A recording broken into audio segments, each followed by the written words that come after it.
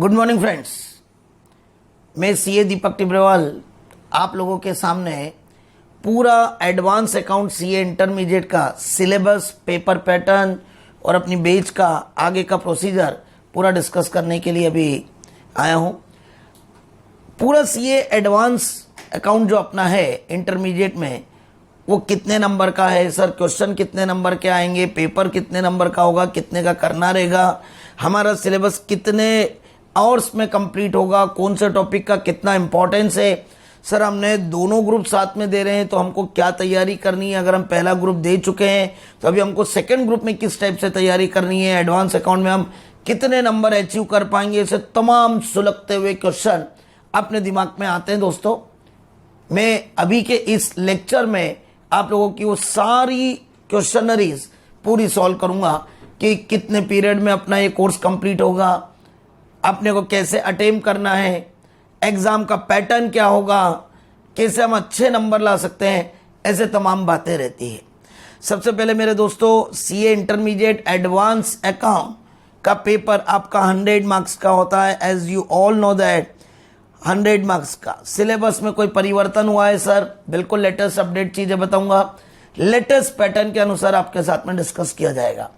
100 number का paper, second group का पहला पेपर, एडवांस अकाउंट कंबाइंड देते हैं तो अपन 5वें नंबर की बात करेंगे, पर सेकेंड ग्रुप की बात करेंगे तो पहला पेपर रहता है। और न्यू सिक्वेंशली अगर फर्स्ट और सेकेंड दोनों मिला लो तो फर्स्ट ग्रुप के 4 पेपर के बाद 5वां पेपर ये होता है।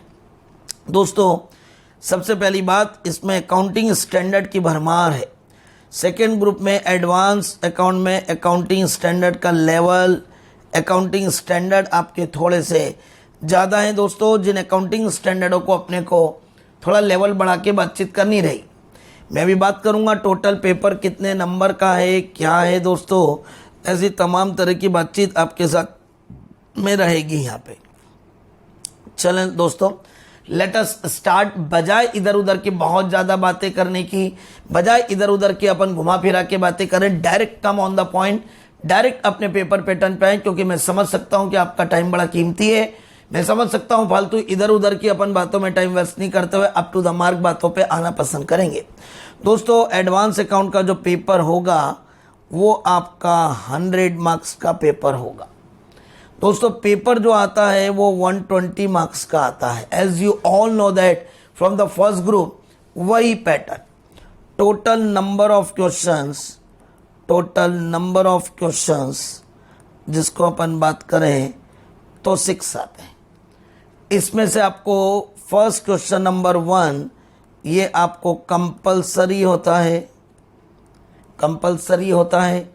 20 मार्क्स का रहता है दोस्तों। एंड बाकी क्वेश्चन नंबर 2 to 6 मतलब 5 क्वेश्चनों में से कोई भी एनी 4 करने रहते हैं, एनी 4। तो ये रहेंगे दोस्तों 20 × 4 80 मार्क्स का पेपर, 100 मार्क्स का। एक क्वेश्चन, 1 क्वेश्चन जिसको बोले बिटवीन 2 to 6 में अगर अपन बात करें 2 से लेके 6 तक में से एक क्वेश्चन आप छोड़ सकते हो। Remember, part of the question नहीं छोड़ सकते हो, छोड़ना हो तो पूरा ही छोड़ना पड़ेगा, इधर 3, 4, 5, 6 सेकेंड कुछ भी। बट आप सोचो कि सेकेंड का ए पार्ट छोड़ दूं, थर्ड का बी पार्ट छोड़ दूं, 10 नंबर का नहीं छोड़ सकते। आपको क्वेश्चन नंबर 3 का ए भी छोड़ना, बी भी छोड़ना, या 2 का ए छोड़ना, बी का छोड़ना। इंस्टीट्यूट कितनी चतुर होती है, या आपसे अच्छा और कोई नहीं समझ सकता कि वो हर क्वेश्चन का जो पार्टीशन बनाती है, चाहे सेकंड हो, चाहे थर्ड हो, चाहे फोर्थ हो, ए बी करके उसमें से एक इजी एक टफ देते हैं। अपने को सेकंड का ए आता है, थर्ड का बी आता है, अपना दिल कहता है मैं सेकंड का बी छोड़ दूं और थर्ड का ए छोड़ दूं। नहीं, या तो सेकंड का ए भी पूरा छोड़ना है, थर्ड का ए भी पूरा छोड़ना है। क्वेश्चन नंबर 2 से लेकर 6 तक कोई भी 5 क्वेश्चनों में से 4 करने हैं। Every question carry 20 marks. Internal bifurcation अपने आप में अलग अलग हो सकता है। क्वेश्चन नंबर 1 जो होता है मेरे दोस्तों, as you all know that generally accounting standard पे होता है। क्वेश्चन नंबर 1 में जनरली ऐसा चलता है 5, 5, 5 और 5। आपको मालूम है दोस्तों, जनरली ये 20 नंबर का 5-5 के आते हैं। कभी कुछ चेंज कर सकते हैं, 10, 5, 5 भी कर सकते हैं, कभी और भी चेंज कर सकते हैं, बट जनरली इसमें अकाउंटिंग स्टैंडर्ड का इन्वॉल्वमेंट आता है। क्वेश्चन नंबर 2 से वो अपनी व्यू बना लेते हैं कि कभी 20 का एक डायरेक्ट दे दिया, कभी 15 का, कभी 5 का, ऐसे कॉम्बिनेशन बनाया जा सकता है। क्वेश्चन नंबर 2, जनरली वो लोग एक बड़ा क्वेश्चन देना चाहते हैं। जनरली क्वेश्चन नंबर 2 को देखते से ही बच्चा डर जाए और एकदम से उसको लगे कि और 20 नंबर और 20 नंबर में वो आपको उलझा दे। आपकी समझदारी, आपको कौन सा क्वेश्चन पहले आता, अगर 20 नंबर वाला भी आता, आपका करा हुआ है तो आप पहले कर सकते हो। और मेरी गारंटी कि जब मैं आपको पूरा कोर्स कराऊंगा तो एक भी क्वेश्चन एग्जाम में आपको कहीं भी टेंशन नहीं देगा, ये मेरा वादा है आप लोगों को दोस्तों। क्योंकि मैंने अपने नोट्स में तमाम मॉड्यूल के पूरे question 100% module coverage, 100% RTP coverage, 100% आपके पेपर के स्कैनर कवरेज, ये पूरे लिए हुए हैं दोस्तों। किताबों के क्वेश्चन लिए, बेसिक कॉन्सेप्ट से लिया है, मॉडरेट लिया, अपर लेवल लिया है। बहुत ज्यादा खींचातानी भी नहीं करी है, लेकिन एक भी चीजों को छोड़ा भी नहीं है। इसका मतलब दोस्तों विश्वास मानिएगा कि आप जब इन क्वेश्चनों को करेंगे तो आपको लगेगा कि यस, अगर हमने ये कर लिया तो इसके बाद अब हमारे पास कुछ भी चीज बाकी नहीं है। एंड वी विल श्योर कि हम लोग 90 नंबर की तरफ दौड़ लगाएंगे। बहुत सारे क्वेश्चन, एक नहीं बहुत सारे क्वेश्चन रिपीटेटिव आपके एग्जाम में आते रहते हैं। मैं बताऊंगा कि किस टाइप से पेपर में पैटर्न रहता है दोस्तों। बहुत सारे स्टूडेंटों ने 90+ नंबर लेकर आए, मतलब 1, 2, 10 नहीं 50 स्टूडेंट हैं जो एडवांस अकाउंट में 90+ का स्कोर ऑलरेडी ला चुके हैं दोस्तों। मैं उम्मीद करूंगा कि आप भी 90+ की तरफ ही दौड़ लगाओगे और इस पेपर में आप लोग अच्छा एक बेंचमार्क अपने नंबर लेकर आएंगे। ओके दोस्तों, पहले क्वेश्चन नंबर 2। क्वेश्चन नंबर 3 दोस्तों 10 के हो सकते हैं, ए और बी। क्वेश्चन नंबर 15 और 5 का हो सकता है। क्वेश्चन नंबर 5, ये कुछ भी चेंज हो सकते हैं दोस्तों, 12 और 8 का हो सकता है या 10 और 10 का हो सकता है। क्वेश्चन नंबर 6 में फिर 4 4 4 4 और 4 ऐसा दे सकता है, या कभी और कोई कॉम्बिनेशन दे दे 5 5 5, कुछ भी कर सकता है दोस्तों। इन 2 to 6 में से आपको कोई भी एनी 4 करना है मेरे दोस्तों। मतलब question number 1 is compulsory, question number 2 to 6 में से एक ऑप्शनल रहता है दोस्तों। टोटल पेपर आपका 120 नंबर का आएगा, जिसमें से करने रहेंगे 100 नंबर के दोस्तों। तो 120 मार्क्स के टोटल पेपर में से 100 नंबर, मतलब एक क्वेश्चन आपको ऑप्शनल दिया जाएगा। आप किसी भी एक क्वेश्चन को छोड़ सकते हो एज पर योर चॉइस। अब सर बात ये आती है कि इसमें से न्यूमेरिकल कितने आएंगे आपके टोटल में से और आपके प्रैक्टिकल कितने आएंगे दोस्तों। अप्रोक्सीमेटली एज की बात करूं, मैं एज की बात करूं तो इसकी मार्किंग रहती है दोस्तों, अगर मैं पूरी बात करूं तो 16 से लेके 28 नंबर तक। कभी 16, कभी 20, कभी 24, कभी 25, कभी 28। 16 से कम एज नहीं आएगा और 28-29 से कम 28-29 से ज्यादा नहीं आएगा। इसका मतलब एज के ऊपर उनकी इच्छा चलती है कि कभी वो 3-4 क्वेश्चन दे, कभी वो कॉम्बिनेशन में 5 5 4 4 ऐसे बना दे, कभी वो क्यों आपको बना सकते हैं 5 5 के 4। लॉट ऑफ चीजें दोस्तों जो वो लोग कर सकते हैं। तो ये एज की बात हुई दोस्तों, और ये बात हुई अपने लिए न्यूमेरिकल की दोस्तों। न्यूमेरिकल के लिए मैं बातचीत करूं तो आपको मान के चलो करीब 90 से लेके 95 98 नंबर के आसपास के न्यूमेरिकल रहेंगे। डिपेंड करता है एज के ऊपर और डिपेंड करता है आपके इसके ऊपर। तो यहाँ पे बोलूँ 90 से लेके 98 मार्क्स तक के न्यूमेरिकल आपके आएंगे। क्वेश्चनों की रेंज 10 नंबर की भी होगी, 8 नंबर की भी होगी, 12 की भी होगी, 15 की भी होगी, 20 की भी होगी, 5 की भी होगी। डिपेंड करता है कौन सा टॉपिक आता है, डिपेंड करता है किस पैटर्न का आता है, डिपेंड करता है कि क्वेश्चन की वर्थ, उसकी लेंथ, उसकी क्वालिटी, उसकी कैरेक्टरिस्टिक्स कितनी है।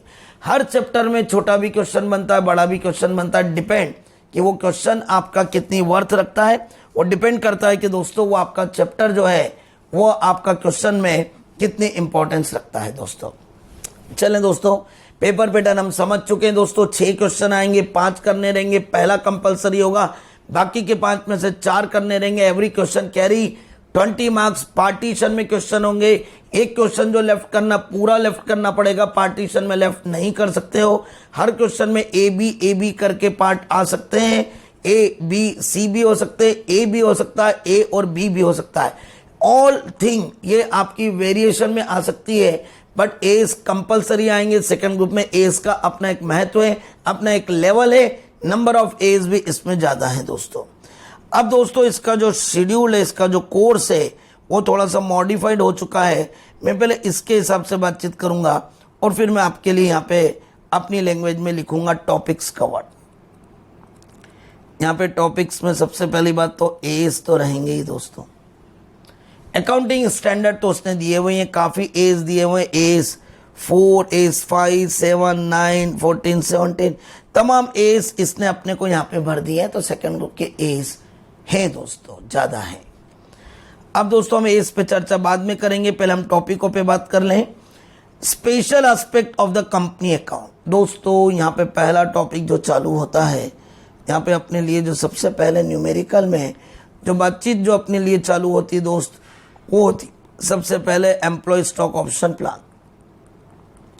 एम्प्लॉय स्टॉक ऑप्शन प्लान दोस्तों, एम्प्लॉय स्टॉक ऑप्शन प्लान का चैप्टर ये बताता है, मैं आपको एक एक मिनट हर चैप्टर के बारे में भी बोलूंगा कि कंपनी जब अपने एम्प्लॉइयों को ये ऑफर देती है कि आप मेरे इतने सालों तक मिनिमम नौकरी करो, मैं आपको अपने शेयर जो मार्केट में जिस रेट से दे रहा हूं उससे सस्ते में दूंगा। जब कंपनी के एम्प्लॉय उतना टाइम पीरियड नौकरी कर लेते हैं और उन्हें हम शेयर सस्ते में अलॉट करते हैं, तो उसकी अकाउंटिंग कैसे की जाए, उसको अकाउंट फॉर कैसे की जाए, ये अपने लिए इंपॉर्टेंस होता है, ये अपने लिए खास बात होती है। इसलिए अपन इसे एम्प्लॉय स्टॉक ऑप्शन प्लान का चैप्टर कहते हैं। न्यूमेरिकल पार्ट का भी एक गाइडेंस नोट भी है और इसके बारे में एग्जाम में पूछा भी जाता है। बहुत बड़ा चैप्टर नहीं है पर इंपॉर्टेंट चैप्टर है दोस्त। इसी के साथ अगर मैं बातचीत करूं आपको अगले चैप्टर की, तो यहाँ पे थर्ड में buy back of equity shares. आप इक्विटी इक्विटी शेयर्स को बायबैक करें। हालांकि इसमें रिडम्पशन ऑफ प्रेफरेंस शेयर्स भी इन्वॉल्व होता है और इसमें रिडम्पशन ऑफ प्रेफरेंस शेयर्स की बातें भी इसमें अपने को दी है। उसने एक लाइन बोली है buyback of securities. Buyback of securities का मतलब होता है इसमें प्रेफरेंस शेयर्स भी आ गए और आपके इक्विटी शेयर्स भी आ गए। तो मैं इसको अपनी लैंग्वेज में लिखूंगा buyback of equity shares and second में बातचीत करें तो रिडम्पशन ऑफ प्रेफरेंस शेयर्स। ये दोनों इसी में एक छोटा सा पार्ट और जुड़ गया है दोस्तों, equity shares with differential rights. ये आप देखेंगे तो equity shares with differential rights. तो दोस्तों यहाँ पे अगर अपन बातचीत करेंगे दैट इज योर राइट, ये यहाँ पे equity shares with differential rights, with differential right, ये एक छोटा सा पार्ट और जुड़ा है। इन तीनों को हम एक ही कैटेगरी में लेते हैं। कंपनी अकाउंट की परिभाषा में बातचीत की जाती है, कंपनी से रिलेटेड यहाँ पे बातचीत है पूरा का पूरा, और इसका नाम दिया हुआ है अपने सिलेबस में special aspect of the company account. It include 3 chapter. पहले accounting for employ stock option plan, buyback of equity shares and equity share with differential right. दोस्तों मैं आपकी बात करूं तो आज की तारीख में इस चैप्टर का अपने आप में इंपॉर्टेंस बन गया। इनमें से आपको एक क्वेश्चन तो मिलेगा ही मिलेगा, मतलब मैं इसकी वर्थ बोलूं तो 10 to 15 मार्क्स। एक क्वेश्चन आता है 10 नंबर का, 2 क्वेश्चन आते हैं 10, 1, 5, ऐसा देके 10 से 15 नंबर देगा। ये पहला पार्टीशन अपना हुआ दोस्तों। चूंकि अब इसमें सिलेबस में आपको बात बोलूं, ओरिजिनलिटी 3-4 चैप्टर हट चुके हैं, एक चैप्टर फर्स्ट ग्रुप से सेकंड ग्रुप में आ गया है, तो थोड़ा सा रीशेड्यूलिंग ऑफ द सिलेबस हो गया है। एज की नंबर ऑफ एज की क्वांटिटी बढ़ा दी है, कुछ टॉपिकों को यहाँ से रिमूव कर दिया है, तो कुछ इन्होंने रीशेड्यूलिंग करी है, उससे हर चैप्टर का अपना एक इंपॉर्टेंस बन चुका है। अगला आप जो बात करते हैं दोस्तों इसमें वो आता है दोस्तों यहाँ पे अपने लिए अकाउंटिंग फॉर अमलगमेशन। लेकिन दोस्तों इसमें अमलगमेशन में आपका इंटर कंपनी होल्डिंग नहीं है, एक दूसरे का एक दूसरे में होल्डिंग नहीं है। हालांकि इसके भी मैंने कुछ क्वेश्चन तो अपने नोट्स में रखे हैं, मना कर दिया लेकिन फिर भी 2-3 क्वेश्चन मैंने रखे हैं दोस्तों इसमें, राइट। तो एक्सक्लूडिंग इंटर कंपनी होल्डिंग, पहले ये चैप्टर दोनों ग्रुप में होता था, फर्स्ट ग्रुप में भी और सेकेंड ग्रुप में भी। तो इसको बोलते हैं दोस्तों अमलगमेशन ऑफ कंपनी। बहुत खास चैप्टर है, बहुत खास चैप्टर है दोस्तों। और 6 नंबर पे इसमें आएगा internal reconstruction. Generally internal reconstruction. दोस्तों इन दोनों चैप्टरों का एक ग्रुपिंग है, इन दोनों को मिला के 15 से 20 नंबर, 15 to 20 मार्क्स आएगा ही आएगा। इन दोनों में से एक क्वेश्चन कंफर्म आएगा। ए प्लस ग्रेड टॉपिक है, प्रोबेबिलिटी बोलूं तो 100%, मतलब मोस्ट इंपॉर्टेंट टॉपिक जो आपके लिए सेकेंड ग्रुप में आईएमपी का टॉपिक है। 7th नंबर पे इसी में बात करें तो लिक्विडेशन ऑफ कंपनी। पहले ये कभी कभी आता था, लेकिन अब चूंकि चैप्टर रीशेड्यूल हो गए हैं तो इसका अपना एक इम्पोर्टेंस बन गया है। इसका सवाल आ सकता है 8, 10, 15 तीनों रेंज इसको अपन बोल सकते हैं, 8 नंबर का भी, 10 का भी और 15 का भी। लिक्विडेशन ऑफ ए कंपनी का मतलब कंपनी का समापन होना, कंपनी के समापन के समय अकाउंटिंग कैसे करना। ऊपर अगर अपन चलें तो दोस्तों अमलगमेशन ऑफ द कंपनी का मतलब होता है कि जब 2 या 2 से अधिक कंपनियां जो अलग अलग चल रही है अगर वो मिल जाती है तो उनको मिलते समय उनकी अकाउंटिंग कैसे करनी, कैसे एक वेंडर को बंद करना, कैसे एक बंद होने वाली कंपनी की अकाउंटिंग करना, कैसे एक नई कंपनी बनी उसकी अकाउंटिंग करना, ये तमाम बातें हम लोग यहाँ पे अमलगमेशन ऑफ द कंपनी में लेंगे। इंटरनल रिकंस्ट्रक्शन में बातचीत होती है दोस्तों कि कंपनी की अगर परिस्थितियां खराब हो गई है, एक कंपनी की स्थिति खराब है, तो वो कैसे अपने आप को रीशेड्यूल करेगी, कैसे मीटिंग करेगी, कैसे आपस में अपने सब दोस्तों, अपने सब शेयर होल्डर, अपने डिबेंचर होल्डर, अपने क्रेडिटर्स की मीटिंग बुलाकर कैसे अपने आप को रीशेड्यूल करने की कोशिश करेगी, किस टाइप से कंपनी अपने आप को रिबिल्ड करती है, किस प्रकार से कठिनाइयों को दूर करते हुए वापस से अपने आप को एक कंपनी बनाने की कोशिश करती है, उसे अपन बोलते हैं इंटरनल रिकंस्ट्रक्शन। कि कंपनी ने अपनी विपरीत परिस्थितियों में मीटिंग करके अपने आप को कैसे रीशेड्यूल करा, कैसे कंपनी के रूप में बनाया, कैसे अपने आप को बना रही है, उसे अपन इंटरनल रिकंस्ट्रक्शन कहते हैं। दोस्तों इंपॉर्टेंट टॉपिक है, 8 से 10 से 15 नंबर दोस्तों। फिर आता है अपने लिए 8th नंबर पे टॉपिक। यहाँ पे अगर अपन बातचीत करें तो द मोस्ट इंपॉर्टेंट, जो फिर अगेन अपने लिए इंपॉर्टेंट है, banking company and NBFCs. Banking company की अपन बातचीत करें यहाँ पे तो banking company, non banking financial corporation and regulatory development. यहाँ पे तो दोस्तों बैंकिंग और एनबीएफसी की बातचीत करें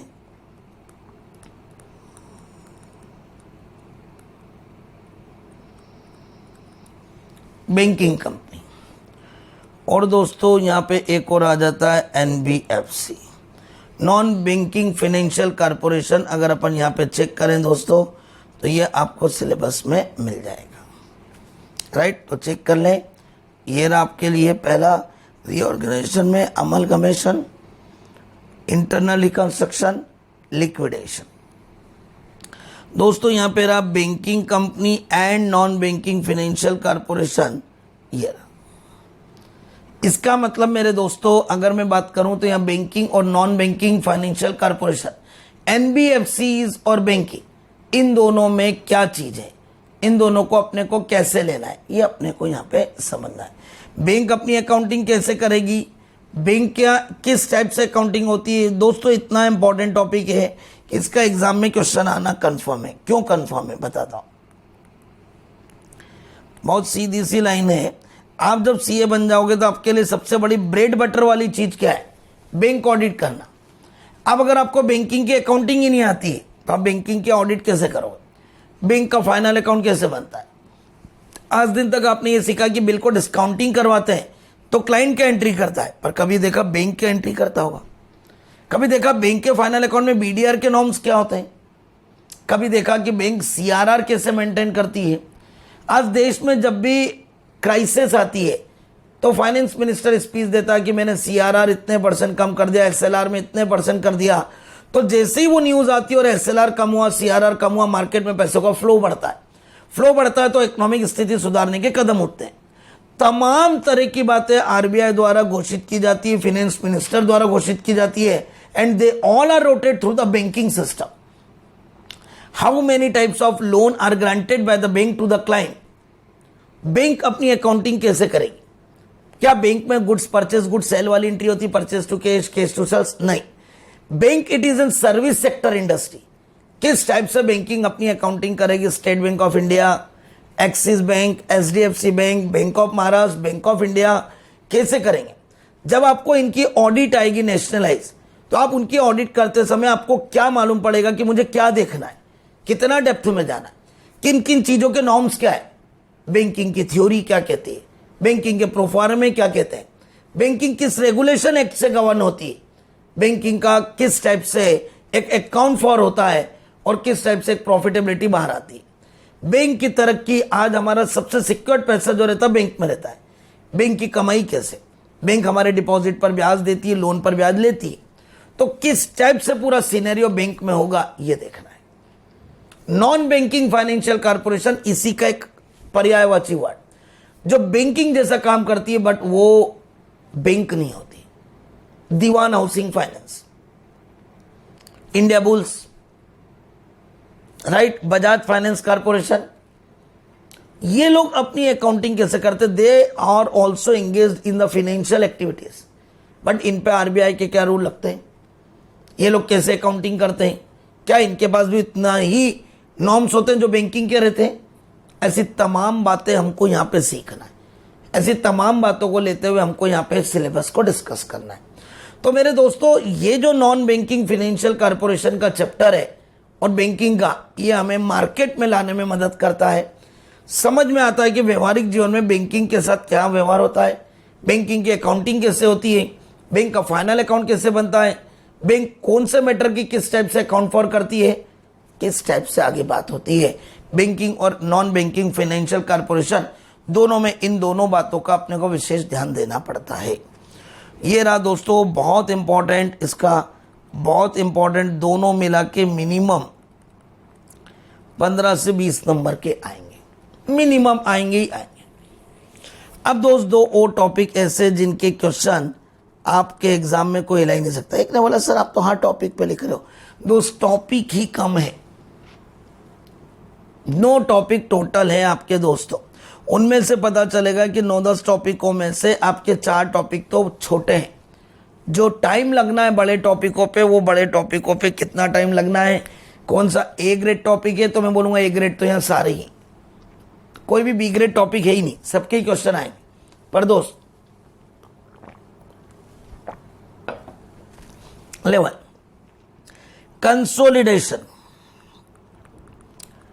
कंसोलिडेशन ऑफ फाइनेंशियल अकाउंट्स, यहां पे जो आपको दिया हुआ last, consolidation of financial statement, right. तो ये कंसोलिडेटेड फाइनेंशियल स्टेटमेंट की बात करें अगर अपन, तो ये रहा consolidated financial statement.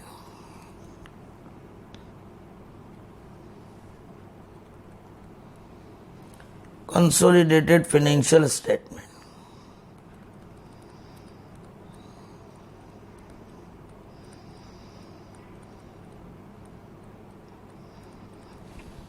Consolidated financial statement, check it out.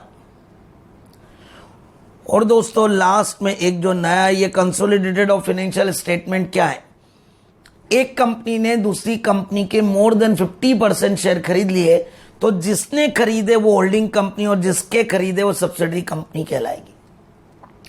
दोस्तों अमलगमेशन जैसी बात लग रही है, यहां पे दोनों कंपनी एग्जैक्टली मिल गई थी। ए ने बी को पूरा टेक ओवर करा, या ए ने बी को पूरा टेक ओवर नहीं करा, या ए ने बी के मोर देन 50% शेयर खरीद के उस पर कंट्रोलिंग पावर लिया और बोला तू तेरे नाम से ही चला, तू तेरे काम से ही कर, पर तेरे प्रॉफिट पे अब हमारा इतना 60% शेयर खरीद लिया तो 60% हमारा कंट्रोल, 60% हमारा प्रॉफिट। इन्वेस्टमेंट हो गया एक तरह से, एक कंपनी ने दूसरी कंपनी में इन्वेस्टमेंट करा, पर इतना कर लिया कि तेरे पे कंट्रोल हमारा हो जाए, तू हमारी सब्सिडी कंपनी बन जाए।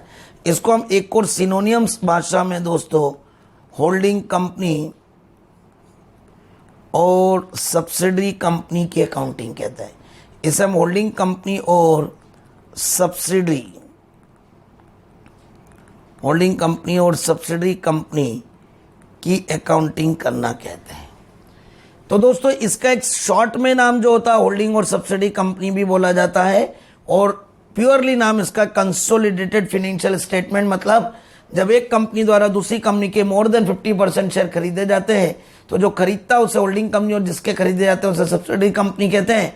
और फिर किस प्रकार हम एक कंबाइंड कंपनी, किस प्रकार हम एक कंसोलिडेटेड कंपनी, किस प्रकार हम एक मिश्रित कंपनी मिलके बनाते हैं, वो अपने को यहाँ पे देखना है दोस्तों। पक्की बात। तो ये रहा अपने लिए consolidated financial statement, consolidated financial company. Check कर लें दोस्तों, डन है। चले दोस्तों, एक लास्ट टॉपिक, जो ये टॉपिक सीए फाइनल से यहाँ पे आया है दोस्तों। ये दो टॉपिक यहाँ पे सीए फाइनल से यहाँ पे डंप किए गए। मतलब अगर मैं बोलूँ तो ये पहले सीए फाइनल में थे और यहाँ से यहाँ पे आए। तो अगर मैं पहले बात करूँ तो ये दो टॉपिक सीए फाइनल से, इधर ले लेता हूँ, सीए फाइनल से इधर आपको डंप किए गए इंटर में। और एक टॉपिक जो अब मैं लिखना चाह रहा हूं ये फर्स्ट ग्रुप से आपको सेकंड ग्रुप में आया। पार्टनरशिप की बात करें। अब पार्टनरशिप में ढेर सारे पॉइंट है, काफी लंबा पार्टनरशिप का पॉइंट जो यहाँ पे इन्होंने दिया है। पार्टनरशिप का लंबा पॉइंट जो दिया ABCDE। पहला, simple dissolution of partnership, simple dissolution of partnership, partnership का डिसोल्यूशन है दोस्तों। इसके बाद पार्टनरशिप का इंसॉल्वेंसी वाला पार्ट है। एक नया पार्ट जो आपके लिए नया दिमाग में आएगा वो आएगा पीसमल डिस्ट्रीब्यूशन। पीसमल डिस्ट्रीब्यूशन का मतलब है जब भी एक पार्टनरशिप फर्म टूटती है तो धीरे धीरे असेट्स को बेचा जाता है और धीरे धीरे ही लायबिलिटीज को पेमेंट किया जाता है। तो पीसमल डिस्ट्रीब्यूशन स्टेटमेंट, इसको बोला जाता है पीसमल डिस्ट्रीब्यूशन स्टेटमेंट। पक्की बात। और दोस्तों डिसोल्यूशन ऑफ पार्टनरशिप की बात करें अपन यहाँ पे, इंसॉल्वेंसी की बात करें, पीसमल डिस्ट्रीब्यूशन स्टेटमेंट की बातचीत करें, और दोस्तों चौथे नंबर पे जो अपन बातचीत करेंगे यहाँ पे, वो यहाँ पे अपन बात करेंगे dissolution of partnership, insolvency, piecemeal distribution statement जो अपन बनाते हैं। एक आएगा सेल टू ए कंपनी। मतलब यूं अपन बोले तो इसको ऐसा वर्ड बोल लेंगे अपन कि सेल टू ए कंपनी, या बोलेंगे conversion of firm into the company, conversion of partnership firm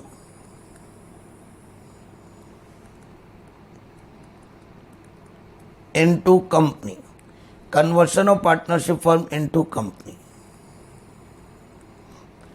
conversion of partnership firm into the company, conversion of partnership firm into the company। Perfect. और दोस्तों ई नाम की बातचीत करें अपन तो एक और होता है इसमें, amalgamation of partnership firm. Partnership फर्मों में amalgamation, amalgamation of partnership firm. और एक लास्ट है एलएलपी की बातचीत करना दोस्तों। तो ये रही अपने लिए एक एलएलपी की बात। यहाँ पे अगर आप देखते हैं तो ये देखिए आप, डिसोल्यूशन ऑफ पार्टनरशिप में थोड़ा सा यहाँ पे ध्यान देना, including piecemeal distribution of the assets, amalgamation of partnership firm, conversion of partnership firm into a company and sale to a company. और एक लास्ट है issue related to the accounting in limited liability partnership. तो accounting for limited liability partnership दोस्तों, ये थोड़ा सा अपने को यहाँ पे चले एफ, और accounting for limited liability partnership. दोस्तों अब अगर मैं इनका इंपॉर्टेंस बोलूं तो एक क्वेश्चन तो पार्टनरशिप में से आना तय है, दुनिया की कोई ताकत उसको रोक ही नहीं सकती। ये क्वेश्चन तो 15 से 20 मार्क्स का आएगा ही आएगा, मतलब 15, 20, 15 या 20। और दोस्तों ये जो फाइनेंशियल स्टेटमेंट है इसका भी 15 से 20 नंबर का। मैं इसलिए 15 से 20 बोल रहा हूँ, कभी 15, कभी 20, कभी 12 ये देते हैं, पर जनरली 15 से 20। दोस्तों अगर आप पूरे पेपर को देखोगे तो 15 से 20, 15 से 20, 15 से 20, 15 से 20, 15 से 20। तो कुल मिला के अगर मैं चैप्टरों की बात करूं तो टोटल प्रैक्टिकल न्यूमेरिकल जो आएंगे वो आपको मान के चलो 90 से लेकर 98 मार्क्स, या मैं 90 से लेकर 100 तक का बोल दूँ। 90 इसलिए बोल रहा हूँ कि कभी एस का प्रकोप बढ़ जाए तो यहाँ पे, और इधर बात करूँ तो एस 16 से लेकर 28 तक ये रहेंगे। टोटल दोनों मिला के पेपर 120 नंबर का आएगा। टोटल दोनों मिला के पेपर 120 नंबर का आएगा और 120 में से आपको 100 का करना रहेगा और आपके नंबर किसी भी हालत में 90 प्लस की बात करेंगे, एक क्वेश्चन भी बाहर नहीं जाएगा। तो दोस्तों इतनी सब बातों के साथ में हम बात करें कि हमारा क्या सिलेबस रहेगा, वो हमने आपके साथ में डिस्कस किया। हम किस किस चीज में से पढ़ना चाहेंगे दोस्तों, मॉड्यूल पूरा कवर्ड है हमारे नोट्स में, स्कैनर पूरा कवर्ड है, आरटीपी पूरे कवर्ड है, यहाँ पे बुक के क्वेश्चन राइट बिल्कुल basic to top gear, basic to top gear बिल्कुल वहाँ तक के हैं। आपको तमाम तरह के मॉड्यूल, तमाम तरह के स्कैनर, तमाम तरह की आरटीपी, तमाम तरह के बुक जो अलग अलग चलती है वो तमाम तरह के क्वेश्चंस हैं। आपको अगर इसमें से आपने कर लिए तो मान के चलना एक भी क्वेश्चन आपको एग्जाम में दिक्कत नहीं देगा। हम लोग जितनी बातें करेंगे वो तमाम वेराइटियों के साथ डिस्कस करेंगे, लॉजिकल बातचीत करेंगे। हम लोगों के उसमें कॉन्सेप्चुअल क्वेश्चन भी होंगे, कॉन्सेप्चुअल क्वेश्चन भी होंगे। उसके बाद हम लोगों के इसमें मॉडरेट क्वेश्चन और उसके बाद टॉप गियर के क्वेश्चन, टॉप गियर क्वेश्चन, ऐसे आपको तमाम तरह के क्वेश्चनों का लेवल मिलता चलेगा, जिसमें मैंने आपको बताया module, scanner, RTP, book. Sir अपनी पूरे करने के बाद क्या फिर हमें मॉड्यूल अलग से करना है? मैं तो बोलूँगा जरूरत नहीं, पर मैं चाहूँगा कि आप देखो, वो कॉन्फिडेंस लेवल आपका बढ़ना चाहिए। सर हमारे करने के बाद स्कैनर मैंने सब दे दिए हैं उसमें, फिर भी आप देखो। सर आरटीपी मैंने दे दिए हैं, फिर भी आप देखो। इसका मतलब मेरे नोट्स में मैंने module, scanner, RTP, book, variety, तमाम तरह की बात करी है। हम लोग जब भी अपने टॉपिक को चालू करेंगे तो मेरा आपसे कहना रहेगा कि आपको 2 कॉपी बनानी है, एक बिल्कुल फेयर जिसमें नोट्स बिल्कुल क्लियर, वो चाहे आप यहां बनाओ चाहे घर जाके बनाओ, और एक कॉपी प्रैक्टिस कॉपी। तो देयर वुड बी 2 कॉपी, और बड़ी मोटी कॉपी होना चाहिए, छोटी छोटी नहीं होना चाहिए। पेज साफ सुथरे हो, बिल्कुल क्लियर हो, ताकि अपने पास कामकाज अपना क्लियर चलता रहे। कितनी कॉपियां लगेगी? जितनी आपके ऊपर है, इतने क्वेश्चन कराऊंगा। मॉड्यूल के जितने क्वेश्चन है उससे अपने नोट्स में कम से कम 5 गुना क्वेश्चन है, क्योंकि मॉड्यूल तो है ही, उसके साथ स्कैनर भी, उसके साथ आरटीपी भी, उसके साथ बुक भी है। तो मॉड्यूल को तो मैंने कुछ भी छोड़ा ही नहीं, क्योंकि हम जानते हैं कि आजकल जो बेस पेपर होता है वो मॉड्यूल का होता है।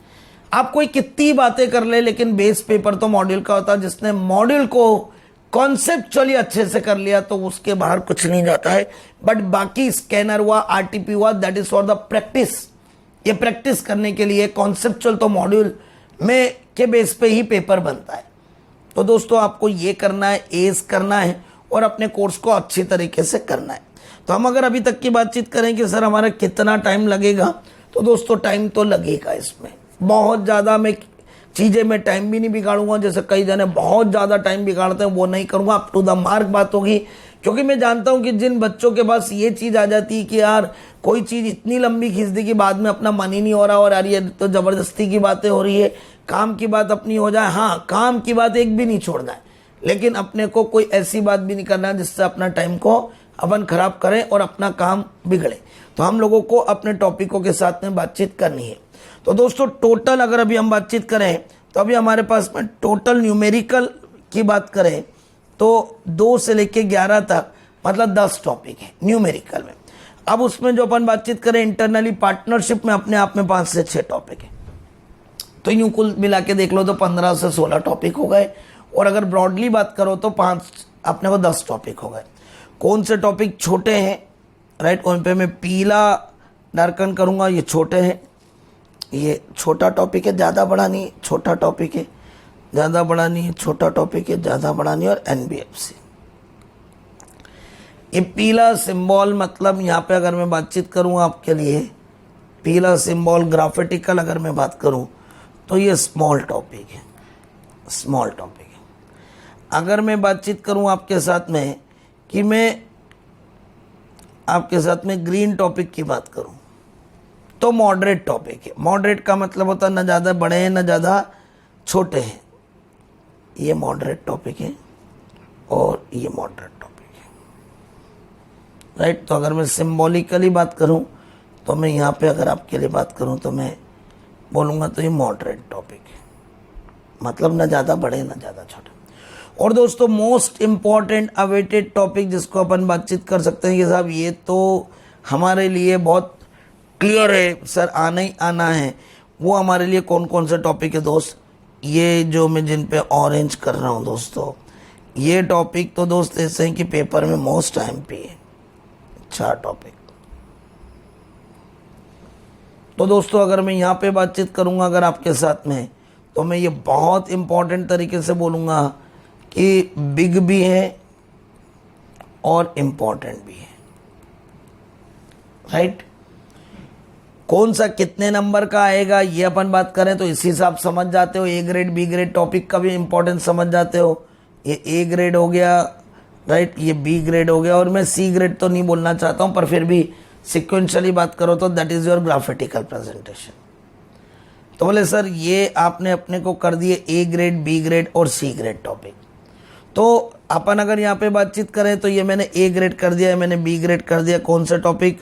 येलो से जो मैंने करे हैं दोस्तों वो स्मॉल टॉपिक है, राइट। ग्रीन से जो करें वो मॉडरेट है, और दोस्तों जो मैंने ऑरेंज से करें ये इंपॉर्टेंट भी है और बड़े भी टॉपिक है।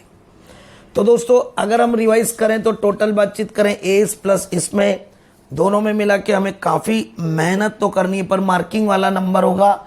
इसमें कोई एमसीक्यू नहीं आते हैं सर, वो एमसीक्यू 30 मार्क्स वाला कोई प्रावधान नहीं है। सब्जेक्टिव आएंगे पेपर की सर, सबसे बड़े से बड़ा क्वेश्चन कितने नंबर का होगा? 20 नंबर का। छोटे से छोटा क्वेश्चन कितने नंबर का होगा? 4 से 5 नंबर का।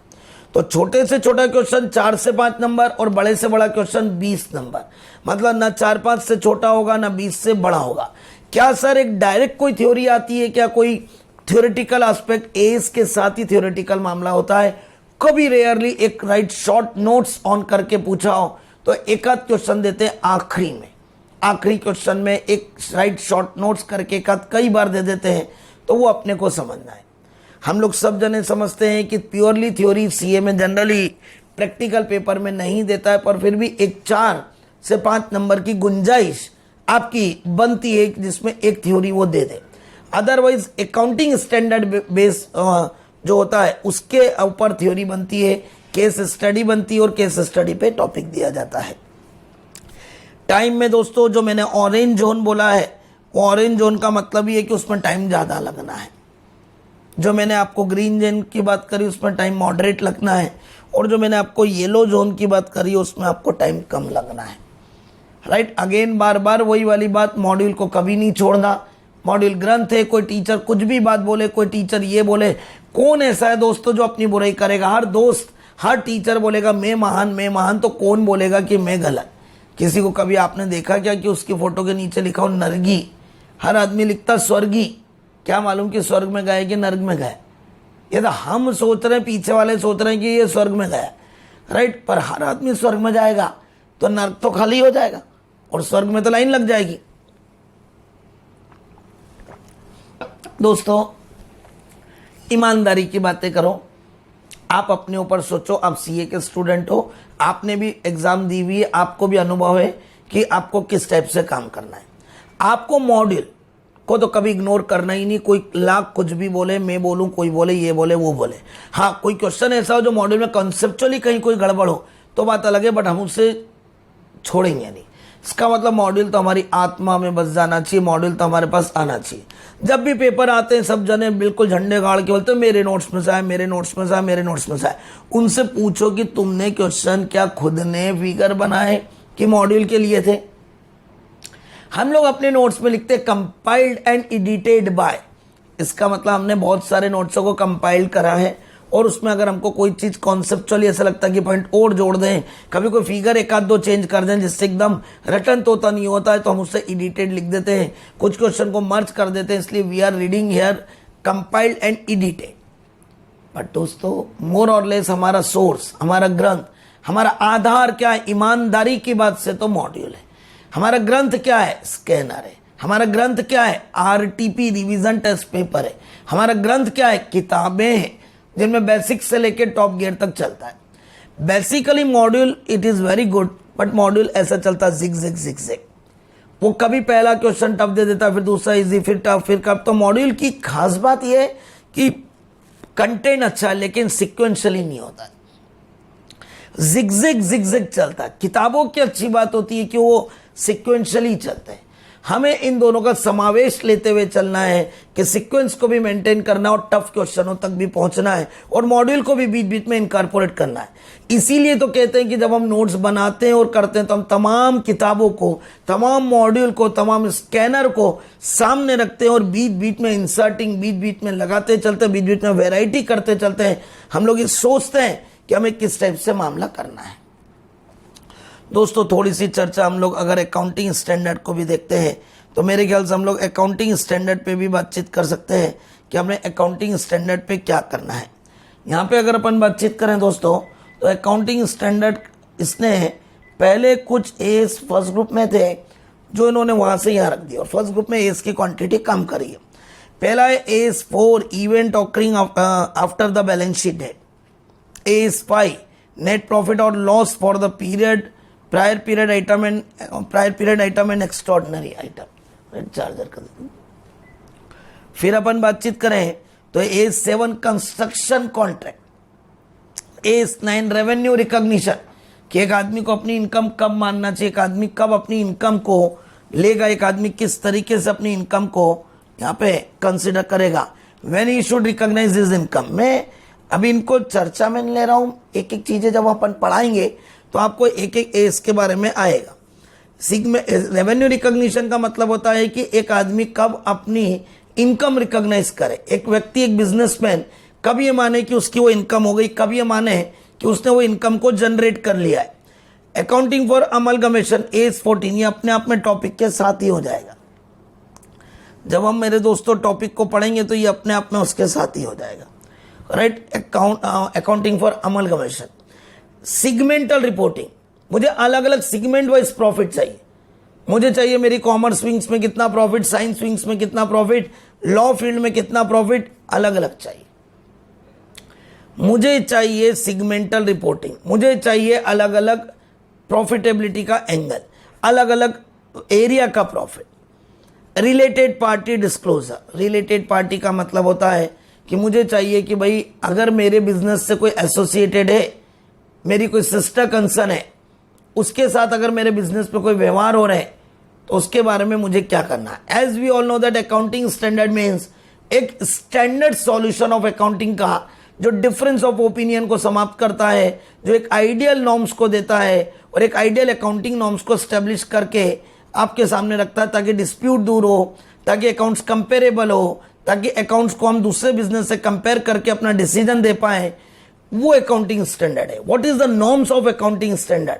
To uniformity of the accounting, consistently of the accounting, avoid dispute, avoid different alternative, standard accounting rule. These are the characteristics of the accounting standard. When there are different option, the accounting standard उन different option को reduce करके ideal, आदर्श, standard solution प्रस्तुत करने की कोशिश करता है और बोलता है कि साहब आपको इसी तरीके से अपनी अकाउंटिंग को करना होगा और इसी तरीके से आप अपनी अकाउंटिंग को लोगे, ऐसा आपको बोला जाता है। लीज अकाउंटिंग कैसे होती है ये अपने को यहाँ पे बताया। Earning per share accounting standard 20। एक कंपनी में जब आप कोई भी पैसा लगाता है तो इन्वेस्टर जिसका उद्देश्य लॉन्ग टर्म होता है, इन्वेस्टर जिसका पर्पस लंबे समय का होता है, वो ईपीएस को देखता है और जिसका उद्देश्य शॉर्ट टर्म के लिए होता है वो डीपीएस को देखता है। तो अर्निंग पर शेयर कैसे निकालना? Earning available for equity share holder upon number of equity shares, that is the formula of EPS. जब हम प्रोफार्मे की बातचीत करते हैं दोस्तों, जब हम एफएम पढ़ते हैं तो एक cost of capital structure planning का चैप्टर होता है और दोस्तों एफएम में जिस कंपनी का ईपीएस ज्यादा अच्छा होता है वो ज्यादा अच्छी बात है for the long term point. हम कहां से पैसों की व्यवस्था करें ये एफएम में सिखाया जाता है। तो हम ऐसे ऑप्शन से पैसों की व्यवस्था करेंगे जिस ऑप्शन में हमारा ईपीएस क्या होगा, बड़ा होगा। तो ईपीएस फाइनेंशियल प्लानिंग के लिए भी मदद करता है, ईपीएस लॉन्ग टर्म इन्वेस्टर को मदद करता है और देखता है कि एक शेयर होल्डर को एक शेयर पर, एक शेयर होल्डर को एक शेयर पर क्या कमाई हुई है। Accounting for taxation on income, आपकी जो इनकम होती है उस पर टैक्सेशन की अकाउंटिंग कैसे की जाए, जो आपने इनकम कमाई है उस पर किस प्रकार आप टैक्सेशन से रिलेटेड अकाउंटिंग करो। डिसकंटिन्यूइंग ऑपरेशन, आपको अपने बिजनेस को कैसे, अगर कोई बिजनेस बंद होता है तो उस दशा में आपको अकाउंटिंग के क्या नॉर्म्स होते हैं, अगर आपने अपनी बिजनेस की विंग्स बंद कर दी है तो किस टाइप से अकाउंटिंग होती है। दोस्तों, अभी जो बातचीत चलती है, कोरोना के कारण कई फैक्ट्रियां बंद हुई, कई फैक्ट्रियां बंद होने वाली है, कई फैक्ट्रियों के ऊपर भयंकर प्रतिकूल प्रभाव हो रहा है। डिसकंटिन्यूइंग ऑपरेशन की दशा में गाइडलाइन ऑफ अकाउंटिंग के बारे में यहां बोला गया है। इंटेंजिबल असेट्स मतलब क्या, आपको इंटेंजिबल असेट जो दिखती नहीं है उसकी अकाउंटिंग कैसे करें, उसका ट्रीटमेंट कैसे करें, इंटेंजिबल की किस टाइप से अकाउंटिंग ट्रीटमेंट होगा, कैसे उसको रिकॉर्ड करना, कैसे राइट ऑफ करना, कैसे क्या करना, ये तमाम अकाउंटिंग स्टैंडर्ड 26 में पढ़ेंगे। Provisions, contingent liability, contingent asset, जो हमने सीए फाउंडेशन में पढ़ा था कि हमारी फ्यूचर की लायबिलिटी तो है, liability is confirm but amount is uncertain, for that purpose we set aside some amount for that target purpose. Future liability जिसको अपन बोले present liability but amount is uncertain, ऐसी लायबिलिटी जो मेरे ऊपर फ्यूचर में ऑब्लिगेशन देगी, ऐसी लायबिलिटी जो मेरे को फ्यूचर में चुकाना है, ऐसी लायबिलिटी जो कंफर्म है कि लायबिलिटी तो है बट अमाउंट अनसर्टेन है। But if we will give the substantial degree of knowledge then we can ascertain the approximate amount and how to account for that amount.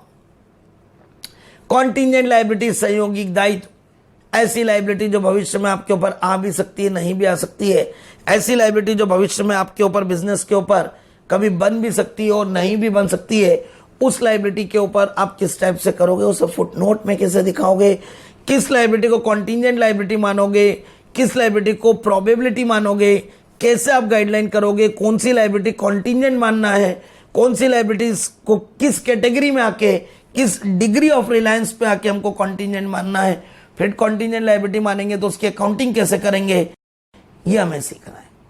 Contingent assets को director की report में show किया जाता है, ये हमको कैसे मालूम पड़ेगा। तो दोस्तों, तमाम तरह की बातें जो हमको अपनी अकाउंटिंग में होती है वो हमको यहाँ पे दी गई है दोस्तों। तो आज का लेक्चर जो हमारा था ये ओरिएंटेशन लेक्चर टाइप का था, जिसमें हम लोगों ने सिर्फ ये डिस्कस करना था कि what is the syllabus of the advance account in CA intermediate second group. Sequentially paper की बात करूं तो 5वां नंबर पर, प्योरली सेकेंड ग्रुप की बात करूं तो ये पहला पेपर होगा, प्योरली 100 मार्क्स का पेपर है, कोई इसके साथ जोड़ीदार नहीं है, कोई पार्टीशन नहीं है, 100 मार्क्स प्योरली आपके हैं। 100 में से 90 नंबर की मैं आपको गारंटी दे रहा हूं, बशर्ते आपने उतनी मेहनत, उतनी प्रेजेंटेशन, उतनी स्किल के साथ करा है। As we all know that CA intermediate का लेवल जो इंस्टीट्यूट ने डिसाइड किया है वो वर्किंग लेवल का नॉलेज डिसाइड किया है। आपको उस वर्किंग लेवल पर आना है, आपको उस वर्किंग काम करने लायक अपने आप को बनाना है, इन चैप्टरों की प्रैक्टिकल यूटिलिटी समझना है, इन चैप्टर को प्रैक्टिकल लाइफ में कैसे हम अप्लाई करेंगे वो सीखना है, अकाउंटिंग स्टैंडर्ड की प्रैक्टिकल यूटिलिटी सीखना है और फिर हम लोग अपना काम करेंगे, राइट। तो मेरे दोस्तों, एस का थोड़ा सा भंडार इसमें दिया गया है। 100 नंबर का पेपर 120 नंबर का देगा, 100 का करना रहेगा। अकाउंटिंग स्टैंडर्ड, न्यूमेरिकल दोनों आएंगे। न्यूमेरिकल से रिलेटेड न्यू देखो तो 10 टॉपिक है, न्यू देखो तो 15 टॉपिक है, क्योंकि पार्टनरशिप के अंदर ही अंदर 5 और टॉपिक है। तो दोस्तों, समय तो लगेगा। ए ग्रेड टॉपिक कौन से, बी ग्रेड टॉपिक कौन से, सी ग्रेड टॉपिक कौन से, ये रहे आपके सामने। एम्प्लॉय स्टॉक ऑप्शन प्लान पहला टॉपिक था। मैंने समझाया कि कंपनी जब भी अपने एम्प्लॉयों को ऑफर करेगी शेयर्स खरीदने के लिए तो एक टाइम पीरियड देगी कि इतने साल नौकरी करो, फिर उनकी शेयर्स अलॉटेड होंगे, बाजार से सस्ते में होंगे। इसकी अकाउंटिंग कैसे होगी। Buy back of equity shares में होगा कि कंपनी जब अपने इक्विटी शेयर्स को बाय बैक करेगी तो किन नॉर्म्स को फॉलो करेगी, लॉ का किन नियमों को पालन किया जाएगा, उसकी अकाउंटिंग कैसे होगी, यहां सीखेंगे। कंपनी जब रिडम्पशन ऑफ प्रेफरेंस शेयर्स करेगी तो वही कानून, संविधान, लॉ का कैसे फॉलोअप होगा और फिर उसकी अकाउंटिंग कैसे होगी। Equity share with differential right, मतलब इक्विटी शेयर जिनके डिफरेंट राइट होते हैं, अलग अलग तरह के इक्विटी शेयर्स, अलग अलग तरह के राइट होते हैं, उन्हें हम कैसे ट्रीट करेंगे, कैसे उनकी अकाउंटिंग करेंगे, ये हमको सीखना है। अमलगमेशन ऑफ द कंपनी, मतलब दो कंपनियां जब आपस में मिल जाती है तो परचेजिंग कंपनी की बुक्स में क्या एंट्री होगी, कैसे लेजर बनेंगे, कैसे बैलेंस शीट बनेगी, और वेंडर कंपनी जो बंद हो जाती है उसकी बुक्स को कैसे क्लोज करेंगे, ये सीखना है। दो मिलके एक नहीं बन गई, एक ने एक को खरीद लिया, इन तमाम चीजों में बंद होने वाली, बनने वाली, खरीदने वाली की बुक्स में अकाउंटिंग कैसे होगी, लेजर कैसे बनेंगे, तमाम बातें। इंटरनल रिकंस्ट्रक्शन में दोस्तों हमारी बातें ये रहेगी कि कंपनी की जब परिस्थितियां खराब होती है, कंपनी की जब स्थितियां खराब होती है तो कंपनी कैसे अपने आप को रिबिल्ड करेगी, कंपनी कैसे अपने आप को उत्थान करेगी, कंपनी कैसे अपने आप को रीशेड्यूल करके आगे बढ़ाएगी, इसे अपन इंटरनल रिकंस्ट्रक्शन कहते हैं। लिक्विडेशन ऑफ द कंपनी मतलब क्या, एक कंपनी का जब समापन हो जाता है, कंपनी जब बंद हो जाती है तो बंद होते समय उसकी अकाउंटिंग कैसे होगी, किस टाइप से नॉर्म्स को फॉलो करेंगे, कैसे असेट्स को बेचेंगे, कैसे लायबिलिटीज का पेमेंट करेंगे, कैसे शेयर होल्डर तक पैसा जाएगा, पैसा कम पड़ गया तो क्या करना, पैसा ज्यादा हुआ तो क्या करना, how to liquidate the company, what are the procedural aspect, how to make the accounting in the case of liquidation, तमाम बातों के साथ चर्चा इस लिक्विडेशन अर्थात कंपनी के समापन वाले चैप्टर में होगी।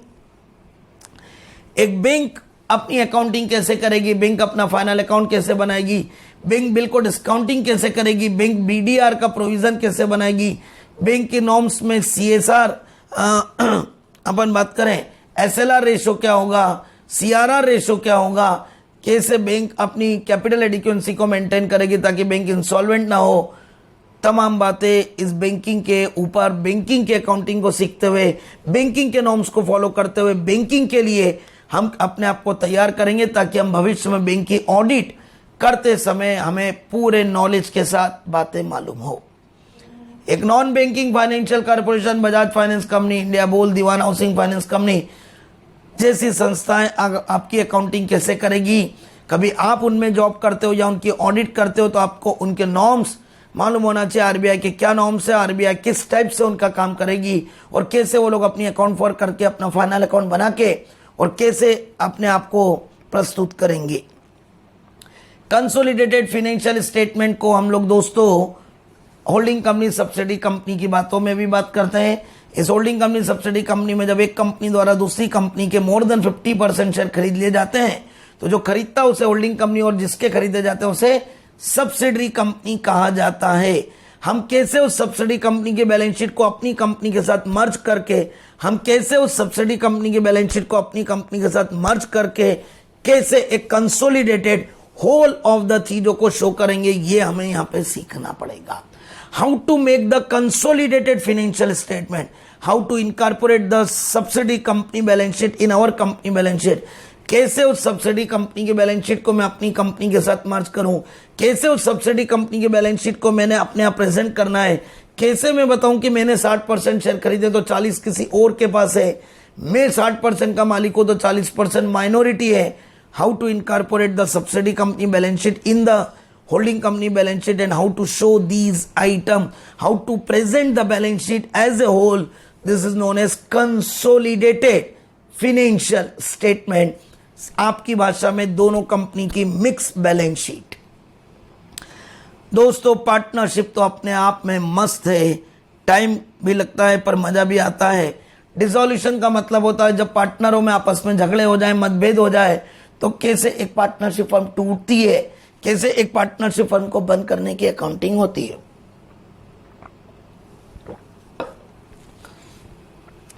एक पार्टनरशिप फर्म की अकाउंटिंग को कैसे वाइंड अप किया जाएगा, एक पार्टनरशिप फर्म की अकाउंटिंग को कैसे हम करेंगे ताकि उसकी अकाउंटिंग को हम ये बता पाए कि ये पार्टनरशिप फर्म बंद हो गई है, पार्टनरशिप फर्म क्लोज हो गई है। इंसॉल्वेंसी का मतलब होता है जब 3 पार्टनर और एक पार्टनर दिवालिया हो जाए तो किस टाइप से उस एक पार्टनर के दिवालियापन की अपने को अकाउंटिंग करनी है। पीसमल डिस्ट्रीब्यूशन स्टेटमेंट का मतलब होता है जब टुकड़े टुकड़े में वसूली और टुकड़े टुकड़े में पेमेंट। इसका मतलब जब एक कंपनी, एक पार्टनरशिप फर्म बंद होती है तो कैसे वो अपनी असेट्स को टुकड़े टुकड़े में बेचती है, कैसे वो अपनी लायबिलिटीज को टुकड़े टुकड़े में पेमेंट करते हैं, ये अपने को यहाँ पे सीखना है।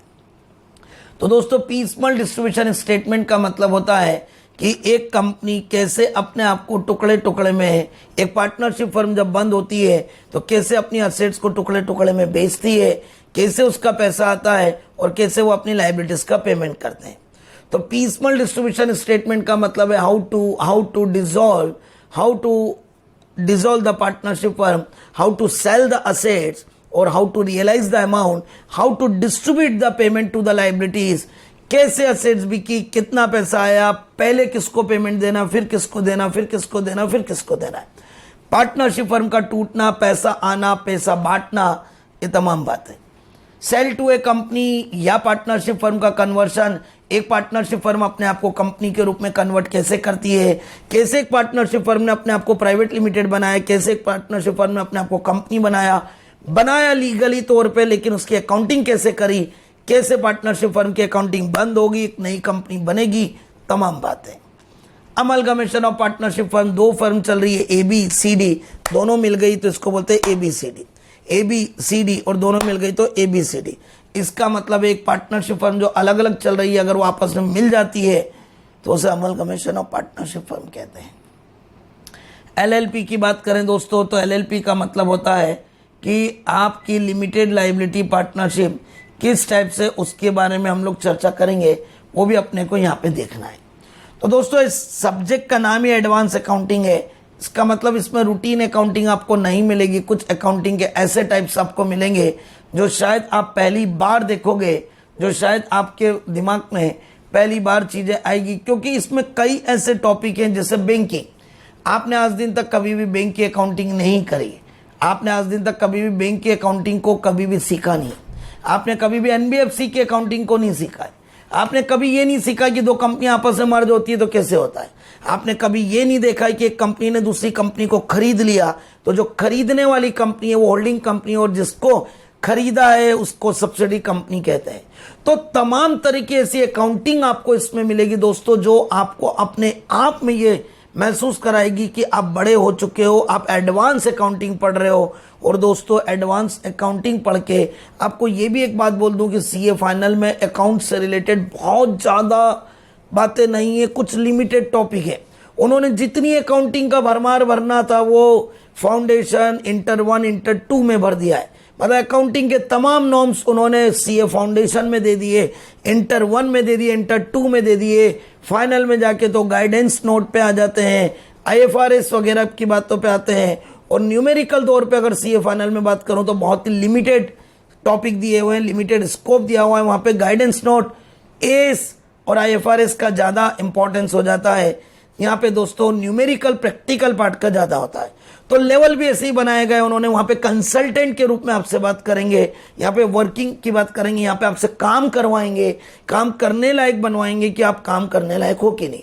यहाँ आपसे बाकायदा फाइनेंशियल स्टेटमेंट बनवाएंगे, यहाँ बाकायदा आपको मर्जिंग की एंट्रियाँ सिखाएंगे और फिर फाइनल में CA फाइनल में आपसे राय देने की बात करवाएंगे। तो जितनी मेहनत करनी है दोस्तों, अपने को यही मेहनत करनी है ताकि हम काम करने वाले लेवल को बना पाएं। बाद में जाके हम कंसल्टेंट बनेंगे, बट पहले हमें काम करने वाली बात तो हो जाए।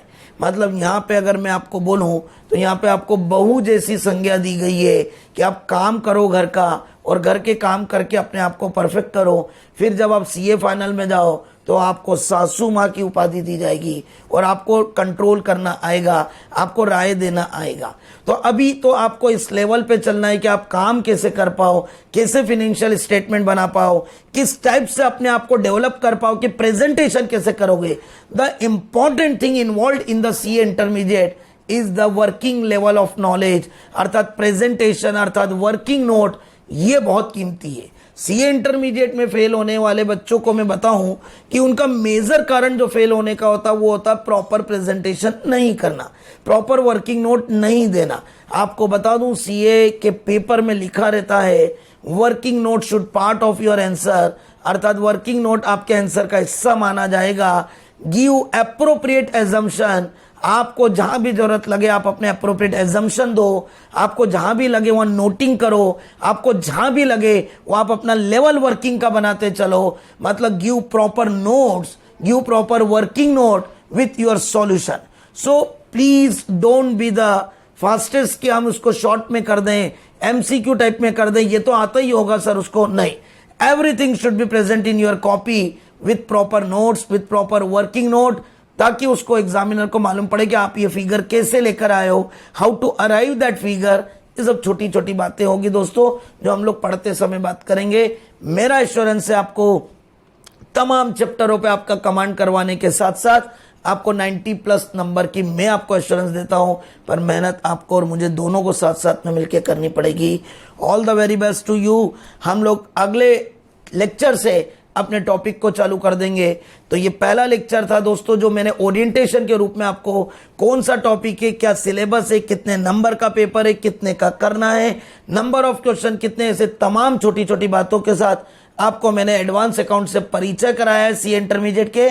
उम्मीद करता हूं अगले लेक्चर से हम लोग अपने न्यूमेरिकल, अपने टॉपिक, अपने थ्योरेटिकल एस्पेक्ट पर आ जाएंगे. राइट दोस्तों, तो इसी शुभकामनाओं के साथ हम लोग कल फिर मुलाकात करेंगे अपने टॉपिकों के साथ में. Thank you.